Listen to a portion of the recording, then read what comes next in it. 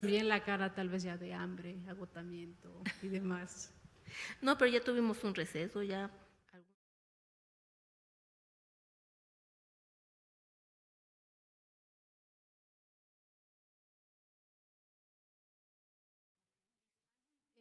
¿Conocen los otomíes de esa zona de empalme entre Hidalgo, Puebla y Veracruz?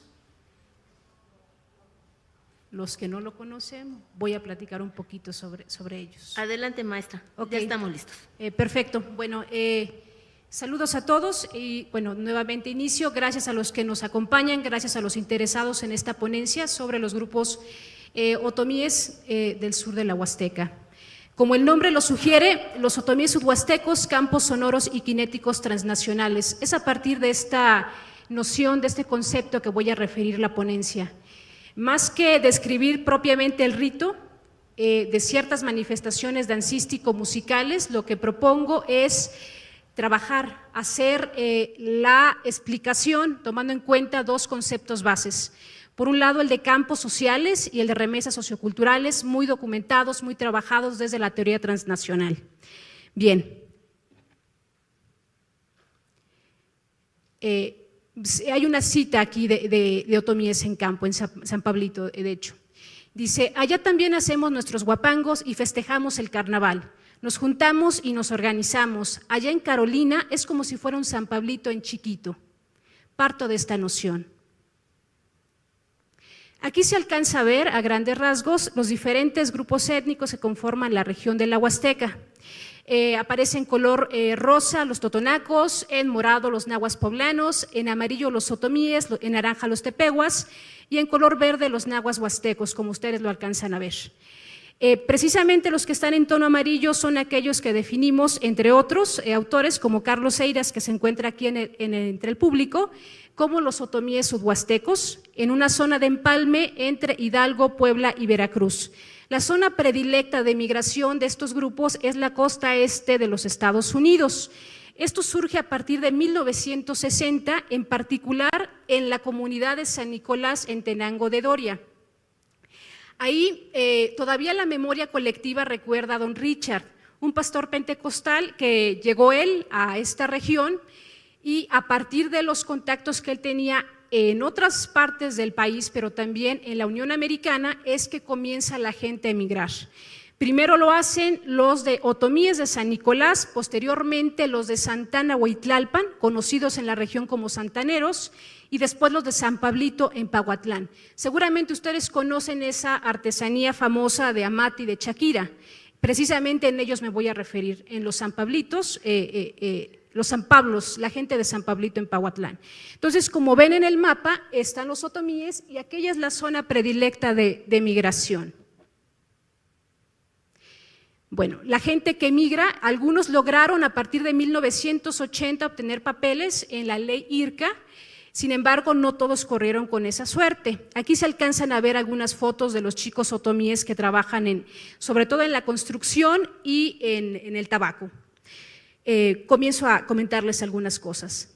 Robert Smith, en su trabajo entre mixtecos poblanos, destacaba la figura de los ausentes siempre presentes, en la idea de que los migrantes, aunque estaban fuera de su localidad de origen, seguían haciendo presencia a pesar de la distancia. En esa misma sintonía y con la mirada puesta en el enfoque transnacional, nos proponemos la siguiente descripción y explicación. En ese tenor, se advierte que la noción tanto de región como de comunidad no refiere únicamente a criterios de espacio geográficos, obedecen más bien a la red de relaciones que se establecen en distintos puntos geográficos y a pesar de la distancia, se crean y se recrean códigos culturales compartidos. Es precisamente lo que sucede con estos otomíes subhuastecos. Pues pese a la distancia, ellos no solo mantienen la membresía comunitaria a través del envío de remesas, con la participación de ciertas prácticas chamánicas o en las faenas, sino que ellos mismos están generando algún tipo de comunidad allá, del otro lado, en los Estados Unidos. En ese sentido, retomamos la noción de comunidad de Benedict Anderson como un grupo imaginado de miembros que comparten referentes de identidad colectiva. Como ya señalé, dos van a ser los conceptos principales: campos sociales y remesas socioculturales. Para ello, propongo analizarlos como campos en donde se gestan formas de socialización cargadas de una dimensión cultural. En ese sentido, entenderé por campo sonoro y cinético transnacional al conjunto de narrativas, de historias, lo que se cuenta, lo que se platica, y de expresiones sonoras y de movimiento, producto de la fusión de contextos, es decir, lo que ocurre en su comunidad y también lo que ocurre allá, del otro lado, en la costa este, en donde se generan estilos, identidades y relaciones particulares. Estos campos, además de socialización, son arenas políticas en las que se crean y negocian pautas socioculturales. Ahora bien, son 3 las manifestaciones que, si me da tiempo, son las que deseo comentar. El primero es el huapango. En la región huasteca, uno de los géneros musicales y dancísticos representativos, como ya saben bien ustedes, es el huapango. De hecho, tal cual lo sugieren los testimonios etnográficos, se trata de uno de los elementos identitarios y que aglutinan a los distintos grupos étnicos que conforman la región. Es decir, no solamente los indígenas, otomíes, nahuas, tepehuas y totonacos, sino también a los mestizos. El huapango se escucha en la vida cotidiana de los lugareños y se baila en todo tipo de fiestas y eventos cívicos de tal región, ya sea en las clausuras escolares, eventos políticos, bodas, 15 años, así como en las fiestas patronales, en el carnaval o en diferentes eventos que van organizando los mayordomos. En pocas palabras, el huapango es parte del modus vivendi de los sudhuastecos. Se han conformado diferentes grupos ahí en la región, tanto de personas mayores como de niños, como vamos a ver adelante. Y no solamente en factores generacionales, sino también ya de género. Las mujeres comienzan ya a participar. Aquí se alcanza a ver una fiesta patronal, están los otomíes. Esto es en Carolina del Norte, es un grupo precisamente que va de San Pablito a tocar a las fiestas que se hacen allá. Y comienzan las mujeres ya a participar. En la misma sintonía con el enfoque transnacional, hay que destacar que el huapango tiene presencia tanto en México como en las zonas receptores de migrantes otomíes sudhuastecos en los Estados Unidos. Así lo refiere uno de los testimonios en campo, lo cito. La huasteca va a llegar hasta donde se baila el huapango. Vea, se baila en Carolina igual a como lo hacemos aquí en el pueblo. Con los santaneros pasa lo mismo, lo bailan en su pueblo y lo bailan allá, en Georgia o en Atlanta, hablando precisamente de estas nociones transnacionales. En la costa este, en la Unión Americana, se llevan a cabo huapangueadas, es decir, encuentros de tríos huapangueros que, como en la comunidad de origen, ejecutan una serie de sones durante toda la noche y hasta el amanecer. Se trata de espacios que rentan los mismos organizadores otomíes o bien de salones sociales administrados por latinos en donde se ofertan actividades recreativas para la población hispanoamericana que allá radica. Por lo general, la cartelera abarca la transmisión de partidos de fútbol, de box y también conciertos de música en vivo, alternando algunas semanas el huapango y otras música de banda o bien las cumbias. En estos lugares se reúnen paisanos de la región. Es el espacio para el convivio, para el convite y, por supuesto, también para el ligue. Y sobre todo, es el espacio en el que se van negociando y recreando diferentes identidades. Los tríos que allá se presentan son de diferentes partes de la Huasteca. La difusión de estos eventos es importante decir que corre a través de las redes sociales, como el Facebook o de medios de comunicación como estaciones de radio, en donde no es ajeno que constantemente se anuncien estas actividades, o bien que se presenten los organizadores o los tríos huastecos a tocar en las cabinas de radio, los llaman y ellos van a tocar ahí mismo, ¿no? Tal vez esto pueda salir un poco de la idea de creer que ellos están escondidos como migrantes en aquel país, y no, ellos se presentan en diferentes estaciones de radio a tocar, avisar e invitar a los paisanos que se encuentran en aquel país para que vayan a hacer comunidad como otomíes o como sudhuastecos en aquel país. De 2 estaciones de radio de quienes han recibido mucho apoyo, Radio La Mega en el 1310 de AM y Radio La Movidita en el 1550. En cuanto a la ejecución dancística, podemos sugerir que la participación femenina ha cobrado una connotación distinta a las décadas pasadas, en parte por los mismos cambios internos en las comunidades, pero también como respuesta a los procesos migratorios. Nos referimos al hecho de que paulatinamente los roles por género y generacionales, así como ciertas restricciones socioculturales, se han ido transformando. Por ejemplo, en las primeras oleadas de migrantes otomíes, por ahí de los 60 y de los 70, solo lo hacían los varones. no por algún veto hacia las mujeres, sino por los riesgos que implicaba el cruzar del otro lado, el comenzar a hacer vida en aquel país. Una vez afianzado, comenzaron a emigrar también las mujeres y posteriormente los niños. Sin embargo, los varones emigrantes destacan las difíciles condiciones de las décadas pasadas, en las que en la Unión Americana no estaban las mujeres, no estaba la mamá, no estaba la novia, no estaba algún pariente del sexo femenino que les pudiera dar algún consejo o hacer menos pesada la vida en aquel país. Pues bueno, con esa insistencia en la equidad de género, tanto en las labores domésticas y laborales, observamos ciertos cambios, como el hecho de que las mujeres solteras o adolescentes ahora puedan asistir a los huapangos sin ningún problema, ya no hay ninguna restricción en la comunidad, con el hecho de que ellas se queden hasta altas horas de la noche bailando, disfrutando del momento. Estas mujeres migrantes, con la experiencia y con un nuevo hábitus creado en la costa este de los Estados Unidos, siguen reproduciendo esas acciones en la comunidad, elemento que no es criticado en los pueblos de origen, pues se reitera, emigrar hasta antes del año 2010 era una especie de rito de paso para los otomíes sudhuastecos. Este mismo hecho se traslapa a otro tipo de danzas o ritos comunitarios, como en el carnaval, donde ahora podemos ver interesantes cuadrillas solamente conformadas por mujeres y sobre todo jovencitas. Estos encuentros de paisanos en torno al huapango también han generado interesantes relaciones sociales con otros grupos, como ocurre con los centroamericanos, en específico los guatemaltecos, con quienes en ocasiones los otomíes forman equipos de trabajo, como ya señalé, en la construcción, pero también en el cultivo del tabaco. Dicen los otomíes sobre los centroamericanos, en específico de los guatemaltecos, son gente amable y con quienes se puede trabajar muy bien. Esa buena opinión y relación cordial se extiende a momentos de recreación, como en las huapangueadas, en donde acuden no solamente aquellos de la Huasteca, sino emigrantes de otras partes del mundo. En esos espacios sociales, los otomíes se reapropian y crean expresiones culturales que los distingue de otros y los identifica con los sudhuastecos. Van encontrando afinidades en aquella parte del país. Bien. Ahora bien, vamos a hablar sobre otro tipo de manifestación dancístico-musical a partir de la migración. Así como el huapango se ha mantenido como género distintivo, encontramos otra propuesta dancístico-musical de gran relevancia entre los otomíes, solo que esta, a diferencia con la anterior, se inició con la actividad migratoria. Nos referimos al pasito duranguense. Ese estilo de música banda, según lo sugieren algunos autores y uno de los músicos y compositores pioneros en dicho estilo, se originó en Illinois, en Chicago.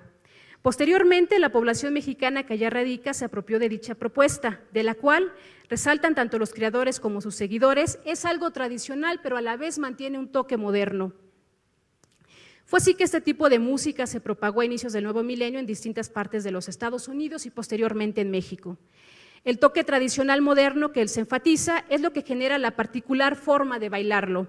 No sé si alguno de ustedes lo ha bailado, pero dicen los sanpableños que tiene su chiste. Se acompaña de tambora, tarolas, saxofones, trombones, soprano y teclado. Sobre la supuesta dicotomía entre lo tradicional y lo moderno, hay que advertir que al menos desde la perspectiva de la multiculturalidad y de la migración transnacional, son conceptos traslapados, fusionados. Nosotros descartamos la idea de pensar en culturas homogéneas y estáticas, así como identidades coherentes, diría García Canclini. De seguir reproduciendo esas imágenes de pureza cultural, continuaríamos, nuevamente cito a Canclini, con una vieja herencia del romanticismo folclórico y del nacionalismo político. Ahora bien, la pregunta es, ¿cómo y por qué se apropian los otomíes de este género como el pasito duranguense? De entrada podríamos decir que es porque está en boga en los Estados Unidos, sin embargo, a través de los testimonios etnográficos encontramos otras cosas. En primer lugar, se relaciona con la propia historia de vida que se caracteriza a los cantantes o los protagonistas de este tipo de grupos, como Alacranes Musicales, Grupo Montes de Durango, El Trono de México o Patrulla 81. La narrativa que sugiere este género para los otomíes de San Pablito refiere a los mexicanos que pueden o no ser exitosos, pero son luchones, así lo dicen ellos.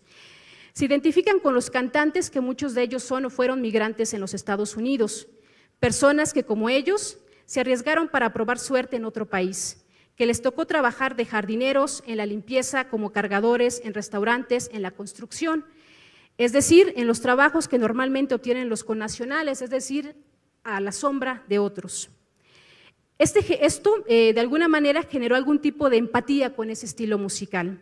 Se reconocen incluso, fíjense, esto es muy curioso, con el hecho de que precisamente el estilo arquitectónico de las casas que ellos realizan en Carolina del Norte son casas de teja, se me pasó a incluir esa imagen, perdón, no, sí viene, son las que precisamente aparecen en los videos de Pasito Duranguense. Entonces, son elementos con los cuales ellos generan algún tipo de empatía, como las que aparecen en el fondo, dicen, vean nada más esas casas, son las que nosotros hacemos, son las mismas que aparecen en los videos del Pasito Duranguense, ellos también eran indocumentados como nosotros, sin embargo, han salido adelante.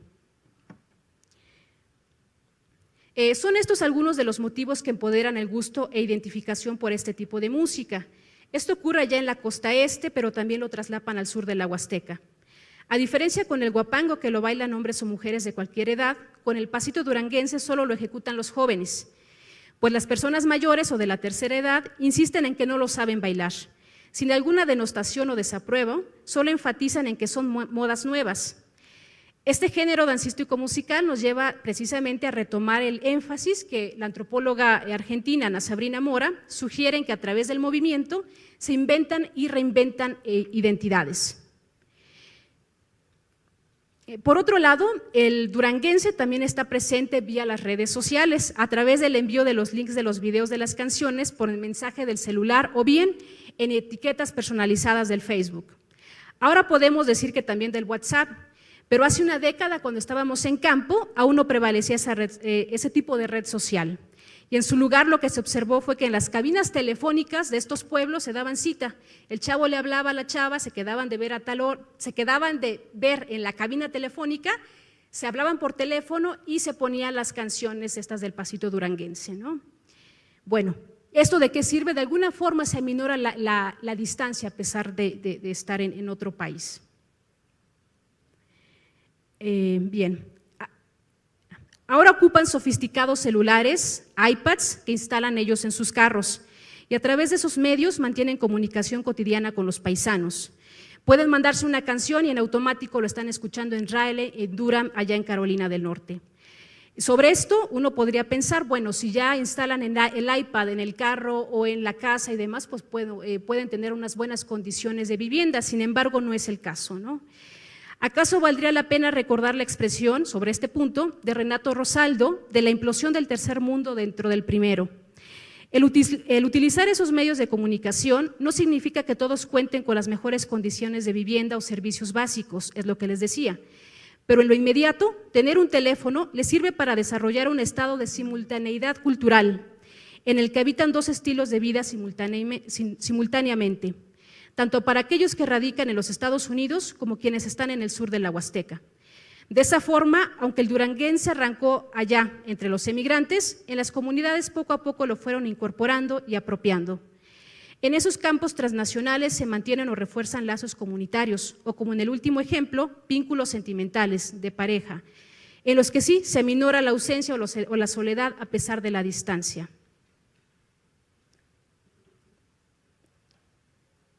Así como los dos campos señalados previamente, también ubicamos las fiestas patronales y el carnaval.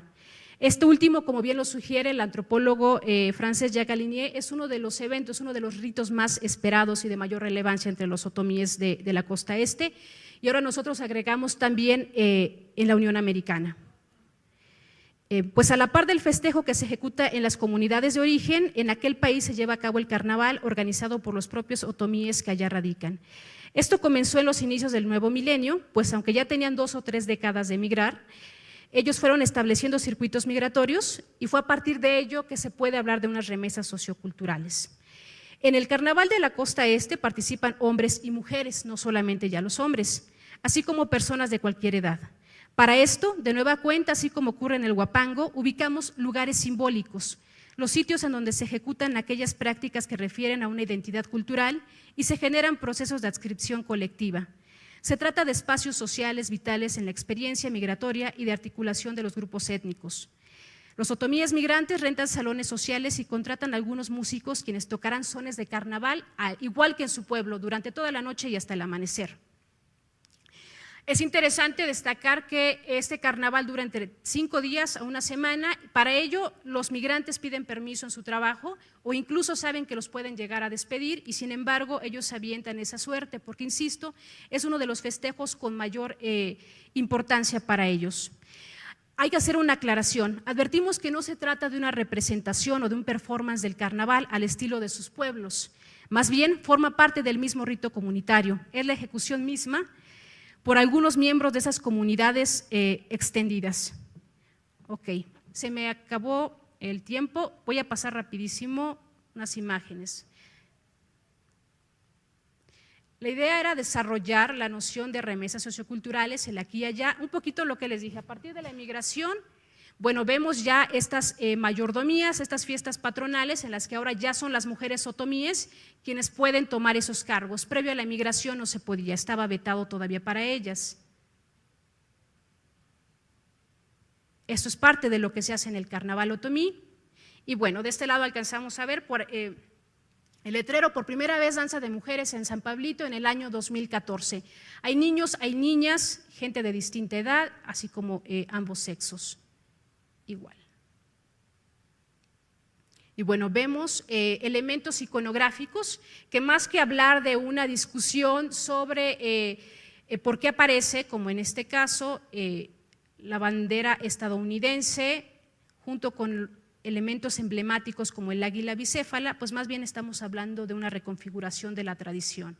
Los otomíes son directos al decir que si se mantiene la tradición, prácticamente es por la chinga que se llevan los paisanos que están del otro lado. Un día de carnaval, un día de la fiesta patronal, por mucho, rebasa los 200,000 pesos. Eso no se gana con la artesanía del amate, de la chaquira, eso se gana prácticamente con lo que envían los connacionales. ¿Ok? Y bueno, también es una fecha en la que sobre todo se envían textiles, se envía comida como parte de esa ofrenda ritual, como parte de esas remesas socioculturales para que se pueda llevar a cabo en Carolina del Norte con los San Pablitos este carnaval, pero en Georgia con los santaneros, con los de Santana Huitlalpan. Es por ello que decidí la ponencia como otomíes y huastecos, porque encontramos esas afinidades. No quiere decir que sea lo mismo, hay particularidades en cada uno de estos grupos, pero se trata, digamos, a grandes rasgos de estos elementos en común, ¿no? Una reconfiguración de la tradición. Y bueno, un punto importante, lo que vemos en el carnaval es una forma de empoderamiento, una forma de expresión. En Carolina del Norte, así como en la costa este, el lema de este año fue el no al fracking, el no a cierta intromisión de empresas transnacionales en territorio huasteco. Ocupan ellos entonces el carnaval para poder refrendarse como grupo, para poder manifestarse. Esto por un lado, pero también en contra, no sé si reconocen a estos personajes, a las reformas migratorias actualmente de Donald Trump y también a ciertas, a la falta de propuestas claras, a la falta de una respuesta de parte de Peña Nieto. Entonces, son esos elementos, estas arenas a las que yo me refiero cuando hablo de los campos transnacionales, a partir de la migración, a partir del huapango, a partir del pasito duranguense, a partir de estas nuevas fusiones. ¿Okay? Y bueno, cierro con esta imagen que me parece muy interesante, es de un artesano otomí que ha estado en diferentes partes del país haciendo su artesanía y también ha emigrado. Es un chico que hablamos de identidades múltiples, él es artesano, pero también es artista, también es migrante, y vean lo interesante que es esta obra. Es su mamá haciendo el papel amate y está narrando precisamente el cruce a los Estados Unidos. Pues ya no hay más tiempo, pero bueno, quien guste la ponencia completa, a la orden.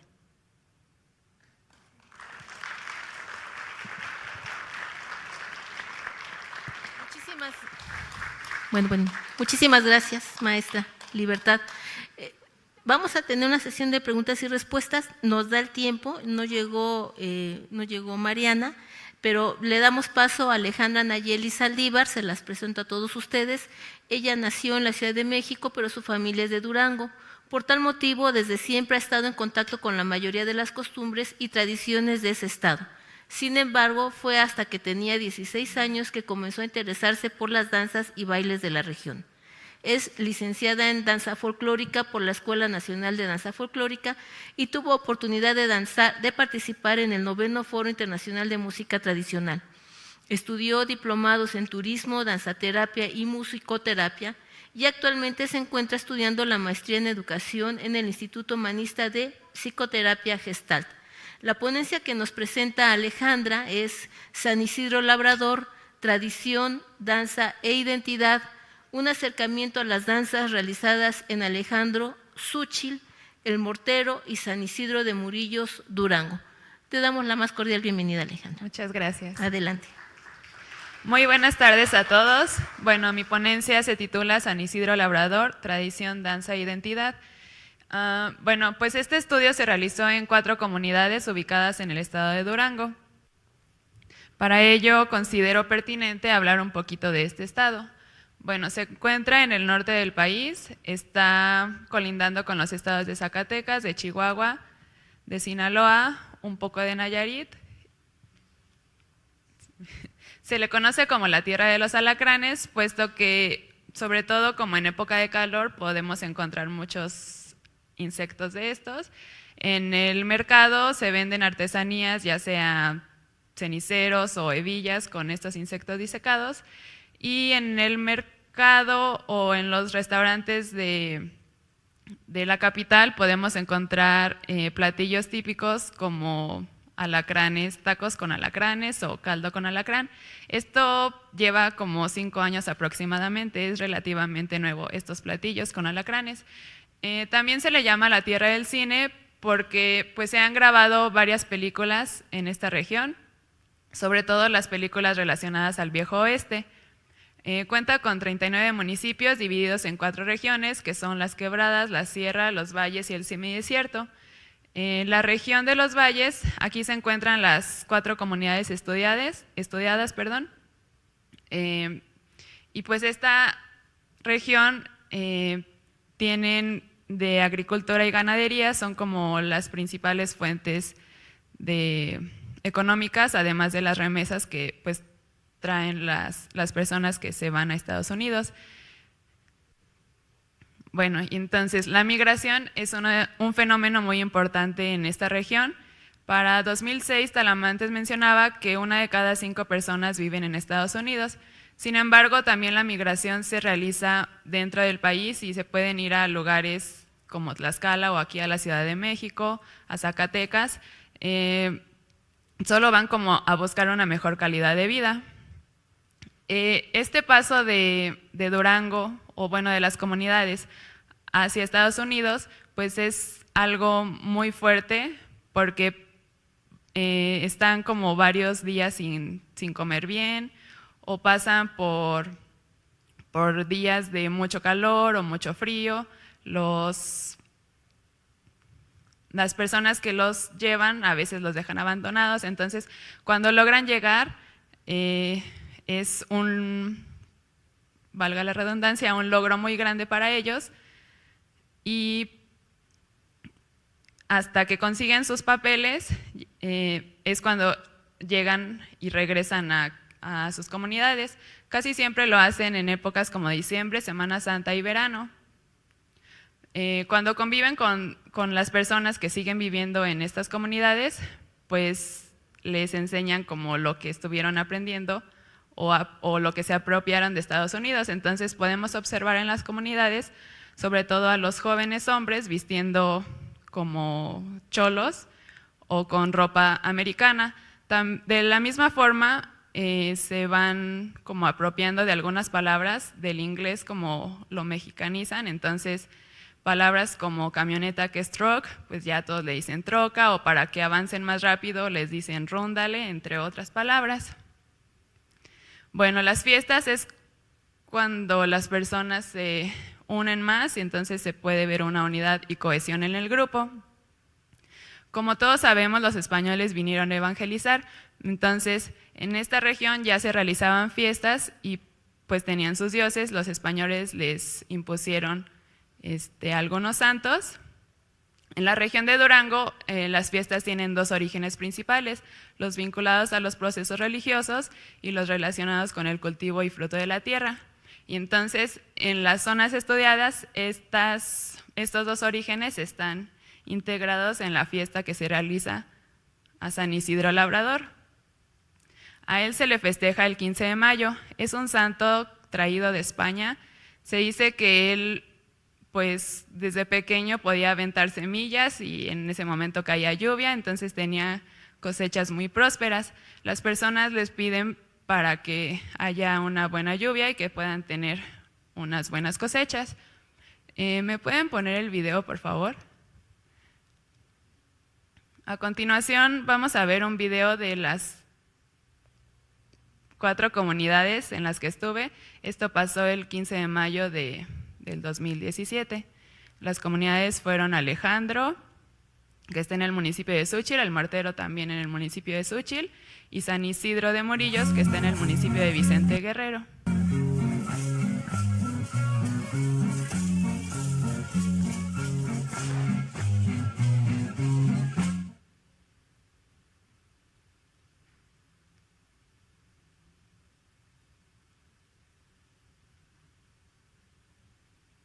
Bueno, una característica de estas comunidades es que, sobre todo en San Isidro, bueno, los dejo ver.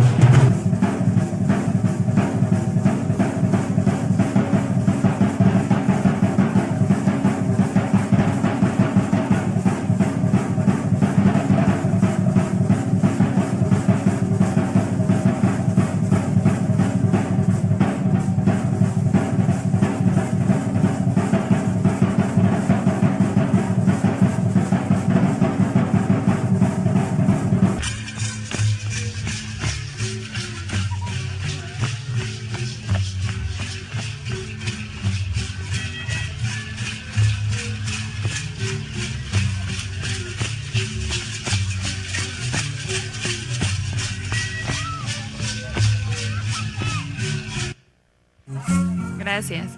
Bueno, todas estas danzas tienen, bueno, como se encuentran en estas 4 comunidades, están más o menos colindando con el estado de Zacatecas, entonces tienen características de las danzas de ambos estados, de Durango y de Zacatecas. Ay.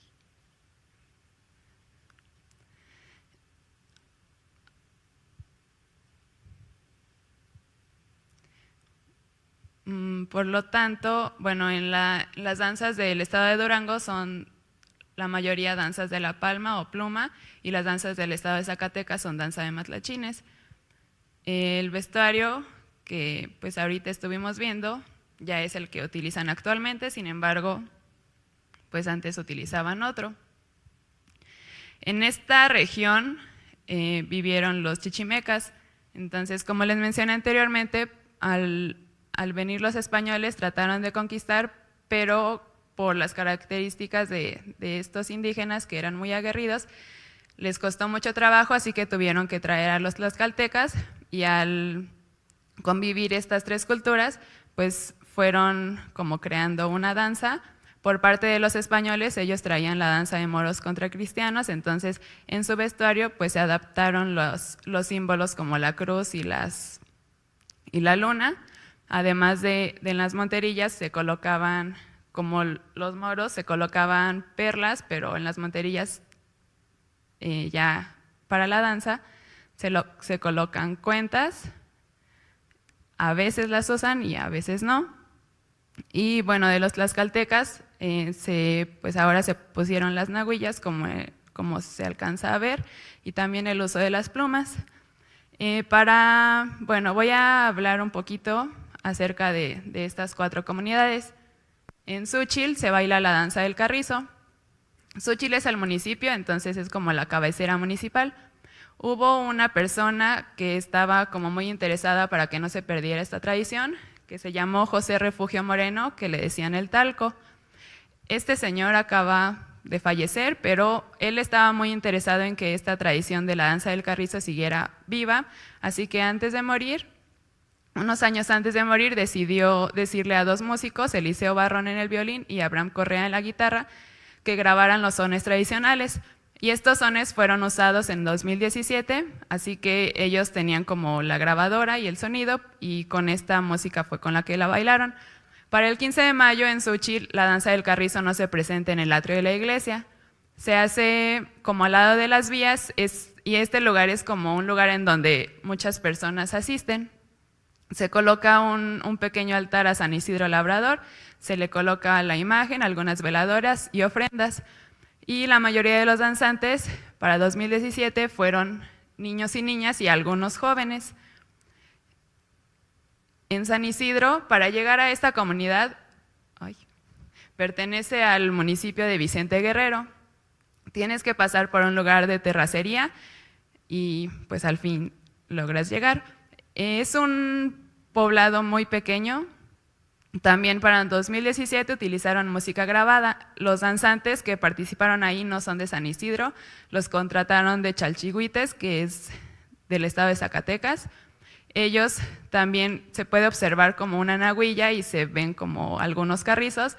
Sin embargo, los carrizos los hicieron con popotes y les pusieron algunas motitas con estambre y como sonajitas para que sonara. Al llamarse como el santo patrono, realizan una feria y pues es como la fiesta más grande que tienen ahí en esta comunidad. Después Alejandro, también para llegar ahí tienes que pasar por un camino de terracería. Pertenece al municipio de Xúchitl. Los 2 grupos que bailaron tampoco son de Alejandro, fueron contratados del estado de Durango. Y bueno, se me olvidó mencionar, en San Isidro, en Alejandro y en el Mortero, que es el que voy a hablar después, se realizan en las misas, se realizan bautizos y primera comunión. En estos 3 lugares, el santo patrono es San Isidro Labrador. Y bueno, el Mortero también es una comunidad muy pequeña, pero ahí las casas están como más cerca, entonces se pueden ver los habitantes que son más, pero en todas las comunidades tienen aproximadamente 200 habitantes, excepto en Xúchitl, que es cabecera municipal. Aquí en el Mortero bailan desde el 14 de mayo en la noche y el 15 ya hacen la fiesta todo el día. Los sones que tocan ya no son los sones originales porque el guitarrista que vivía ahí pues ya falleció, entonces se invita el violinista, se invita a un violinista de otro lugar y pues como todas las danzas se parecen, pues él toca, pero dicen los habitantes que toca sones de danza del indio o que tocan sones de la danza del carrizo. En este lugar, todas las personas que vayan pueden integrarse a la danza, solo los habitantes te prestan su palma y su guaje para que puedas integrarte. Las personas mayores refieren que cuando ellos eran pequeños no los dejaban bailar, pero como quieren que la tradición continúe, entonces desde casi que empiezan a caminar, los integran a la danza.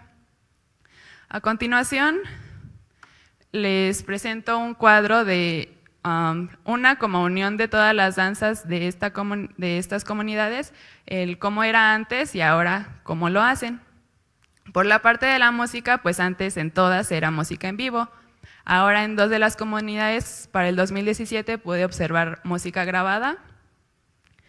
En Alejandro, uno de los grupos hizo una adaptación de un tambor, lo hicieron con un tambo de metal y con el cuero de vaca.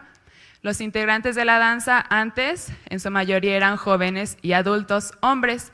A las mujeres casi no se les incluía en la danza, pero como quieren que la tradición siga viva, y por esto de la migración, que generalmente los hombres son los que se van y hay más mujeres en la comunidad viviendo, pues ya se les permite a las mujeres bailar y también a los niños. Entonces podemos observar pues de todas las edades, hombres y mujeres. También en cuanto a las pisadas, pues antes se ensayaba antes del 15 de mayo, ensayaban durante todo el año y cuando se presentaba la danza pues todos iban parejitos. Ahora, como algunos no viven en la comunidad, entonces no tienen tiempo de ensayar y solamente pues las personas que ya llevan más tiempo son los que se colocan de monarca o de capitanes y son los que ponen las pisadas. Y bueno, los grupos que fueron contratados que estuvieron en San Isidro y en Alejandro, ellos sí ensayan más tiempo porque pues se dedican a bailar en diferentes lugares. Por parte del traje de la danza, en la danza, sobre todo la del mortero, que es la danza de la palma o de la pluma, y la de Xúchitl, que es la danza del carrizo, hay un personaje principal que es el viejo de la danza. Este personaje se encarga de poner orden dentro y fuera de la danza. Dentro de la danza es por si algún danzante se le olvida el paso o si dentro del movimiento coreográfico se pierde, pues es el encargado de guiarlo. Y fuera de la danza, pues para que no se meta nadie y para que los danzantes puedan realizar correctamente su danza. Bueno, en cuanto a las piernas, antes usaban chivarras de costal de yute, ahora algunos usan chivarras, pero de gamuza y otros pues solo el pantalón o pants, lo que traen normalmente. En la cabeza utilizaban una máscara de madera, ahora se ponen máscaras de látex, como puede ser máscara de lobo, de Chucky o algún personaje que encuentren y que dé como miedo, o se anudan un paliacate para cubrirse la mitad de la cara o simplemente no usan máscara. En la mano utilizaban antes un chirrión, un azote o chicote, ahora algunos lo usan y otros no. En la parte superior en el torso, pues antes todos usaban camisa y ahora pues utilizan con lo que andan normalmente. Colgado en el torso tenían un zorrillo disecado o algún animal disecado que servía para asustar a las personas y ahora pues se anudan y les cuelga un peluche o alguna serpiente de plástico o no trae nada. Por la parte de los danzantes, todos traían antes guarache de 3 puntadas, ahora pues usan los zapatos que utilizan normalmente, ya sea tenis, botas, guaraches. Solo en la danza de San Isidro pude observar a 2 danzantes que ya eran personas mayores con estos guaraches. En las piernas pues utilizaban medias y calzón de manta y ahora pues ya usan pantalón o pants, falda o lo que traigan. En la parte del torso pues también todos usaban camisa, ahora algunos usan camisa, otros playera. En las manos, esto se me hizo muy interesante porque pues antes en todas las danzas usaban un guaje, que pues lo sacaban del árbol del guaje y le colocaban piedras de hormiguero para que sonara. Ahora pues ya no utilizan este guaje, usan sonaja de metal. Adaptaron el flotador de baño y le pusieron piedritas y la hicieron sonaja. Y también hicieron con latas de metal su sonaja. En la parte de la cabeza, pues antes todos los danzantes usaban una corona hecha con lámina y la adornaban con flores y con espejos de luna. Y pues ahora ya no la usan y se colocan a veces algunos un paño o un paliacate en la cabeza y otros pues no se pone nada. Bueno, como conclusión, pues vivimos en un mundo globalizado en el que podemos como tener acceso muy fácilmente a otras culturas, otras tradiciones. Entonces, pues estas danzas, a pesar de que se encuentran en comunidades, ya en 3 de ellas ya tienen internet, entonces pueden observar danzas de otros lugares. Aparte, con esto de la migración, pues las personas que viven en Estados Unidos y regresan, pues les enseñan algunas costumbres y tradiciones. Y si bien han habido cambios en las danzas, pues se sigue conservando, y esto es gracias a que pues los habitantes de Estados Unidos les mandan dinero para que se siga haciendo esta fiesta a San Isidro Labrador. Y bueno, estas tradiciones hacen que el pueblo y la comunidad se una cada día más. Y pues eso es todo. Gracias.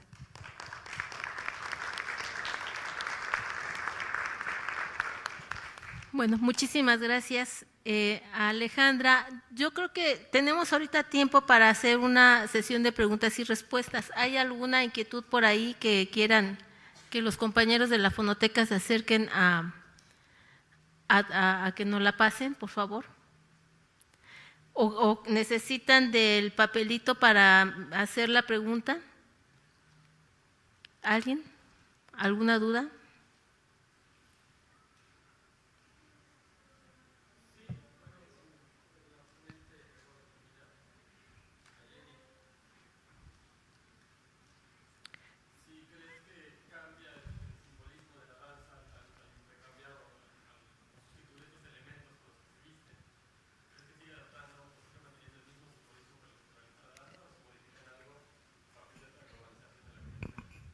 Pues como ya los habitantes sí se siguen dedicando a la agricultura y a la ganadería, algunos le siguen pidiendo a San Isidro para que llueva, pero, o sea, siguen haciendo la danza, pero ya no todos le piden por lo mismo. Pues le pueden pedir como para que les vaya bien en la escuela, y ya los jóvenes, aunque siguen bailando, ya no tienen como el mismo significado para ellos, solo como para las personas adultas. ¿Alguien más? Adelante, por favor.